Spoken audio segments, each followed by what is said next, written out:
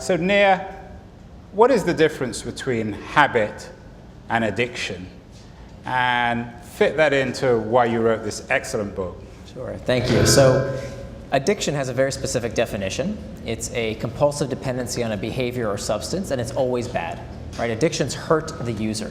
Addictions are things that people want to stop doing, and yet they can't stop doing. So the book is not called How to Build Addictive Products. The book is called How to Build Habit-Forming Products, because habits have a very different profile. It's a completely different definition.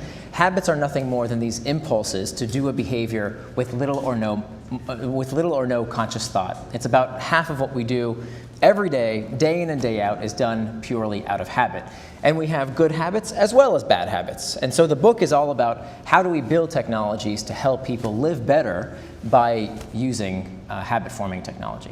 So I would push back on your definition of addiction. For me, the definition of addiction is when somebody consciously or unconsciously, and I think most addicts are unconscious, uses something to feel better. Because of the 5 emotions, mad, sad, glad, fear, and shame, 4 of them feel bad. And I think whether you're using Pinterest or heroin or chocolate or porn or whatever it is to not have to feel bad in your life, if you're using something, even for a second, whatever that reward is, you're engaging in a layer of addiction.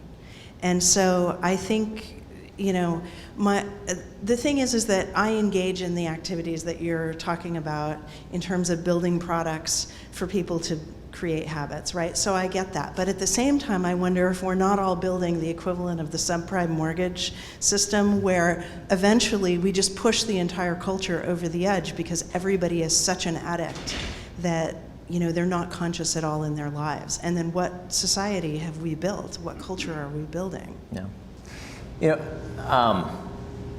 The ethics part concerns me, but I want to make sure we don't get too bogged down in it because,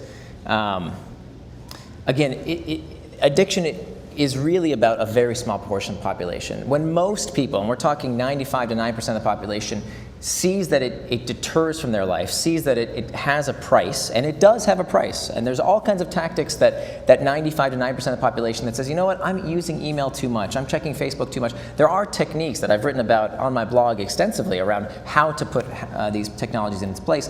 Most people can do something about that behavior, right? They can put it aside. But to put it in perspective, this might be the most first world problem we can ever think of, right? These free apps are so good, we want to use them all the time,